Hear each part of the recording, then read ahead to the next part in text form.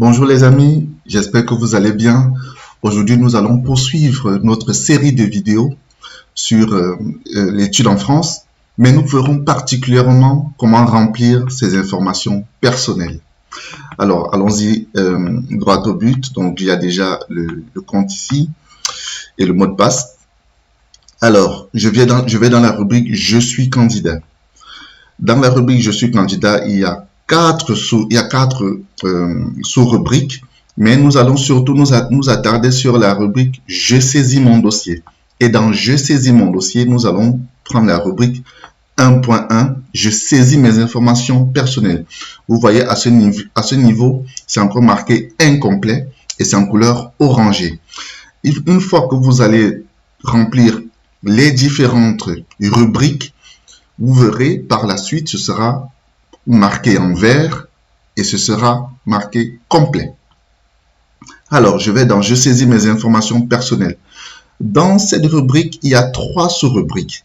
Et pour cette première vidéo, nous allons voir 2 sous-rubriques. La rubrique « Ma situation personnelle actuelle » et « Mes compétences linguistiques ». Nous allons justement dans la prochaine vidéo voir mon parcours et mes diplômes spécifiquement parce que ça demande un peu plus de concentration et d'attention.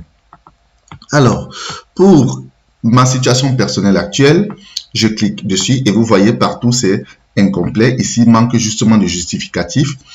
Je vous expliquerai les raisons dans la prochaine vidéo. Et ici, mes compétences linguistiques, c'est encore marqué incomplet. Alors, pour ma situation dans cette vidéo, comme on verra ma situation personnelle actuelle et mes compétences, on peut commencer par ma situation personnelle actuelle et c'est le cheminement que je vous recommande de faire. Donc, soit vous commencez par mes compétences linguistiques, soit vous commencez par ma situation personnelle actuelle. On va dire c'est un peu les plus simples. Alors, commençons par ma situation personnelle actuelle. À ce niveau, justement, il vous faudra une photo où on voit bien votre visage. À ce niveau, on vous demande d'avoir une image qui ne doit pas dépasser 50 kilooctets. Donc, vous pouvez, si votre image dépasse 50 kilooctets, vous pouvez aller sur créer une page et vous allez par exemple convertir JPG si votre image est en JPG ou en PNG. Donc, on peut mettre JPG et vous validez. Et vous voyez, il y a une pléthore de sites pour les conversions d'images et vous choisissez celle que vous voulez. Et une fois que vous avez converti votre image, vous venez la rajouter à ce niveau en cliquant sur « Modifier ma photo ». C'est assez simple comme ça. Et par la suite, une fois que vous allez rajouter l'image, vous verrez ici, il n'y aura plus manque de justificatif. Ça va vraisemblablement mettre complet.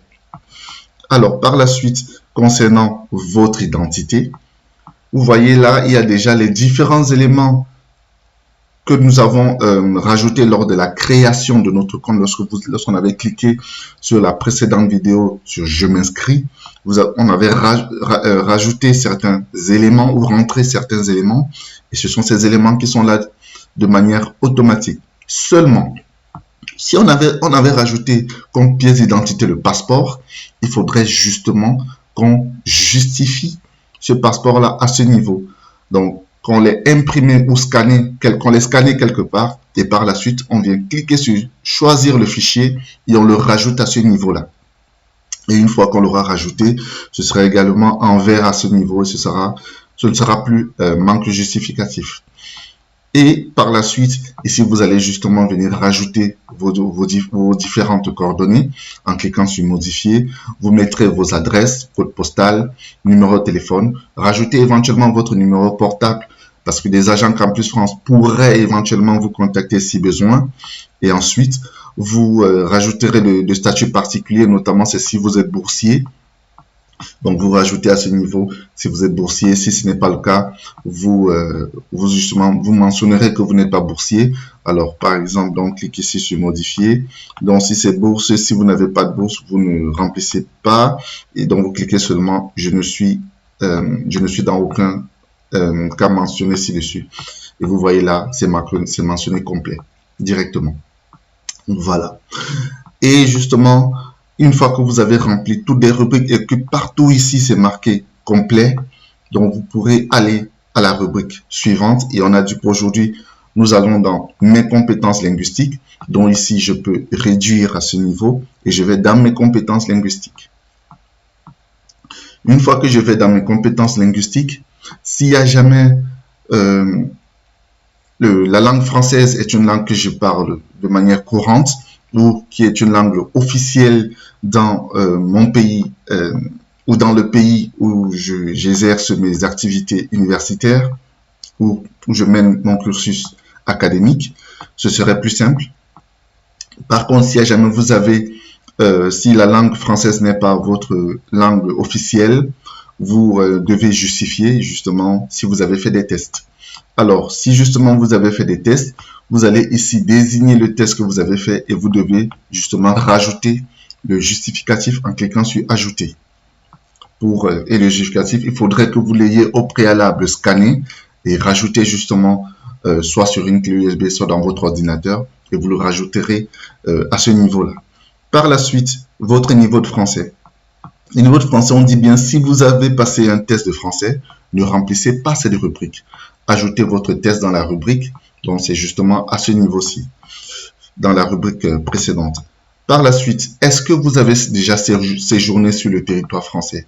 Si oui, il faudrait justement que vous rajoutiez à ce niveau la date de départ, donc votre date de début de séjour, la date de fin, le lieu où est-ce que vous avez résidé, notamment ça doit être la ville. Et par la suite, vous allez décrire les raisons pour lesquelles vous étiez sur le territoire. Est-ce que c'était pour des raisons de santé? Est-ce que c'était pour du tourisme?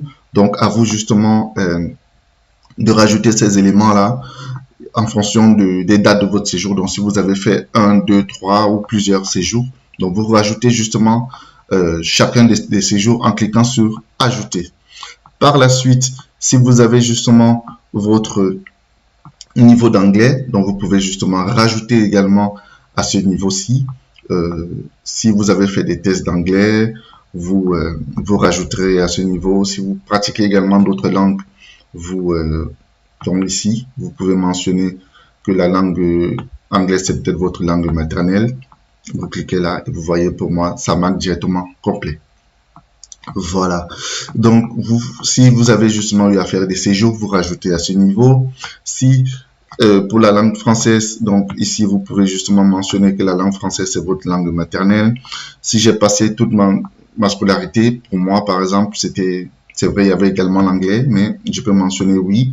Donc, si c'est oui, vous allez justement rajouter, vous rajoutez les villes, donc vous pouvez rajouter où vous le souhaitez. Je peux mettre que j'ai été là. Vous rajoutez, donc vous voyez, puisque j'ai choisi la ville de Foumban, ça me sort également tous les établissements qui se trouvent. Je peux mettre que j'ai fait le lycée de Foumban.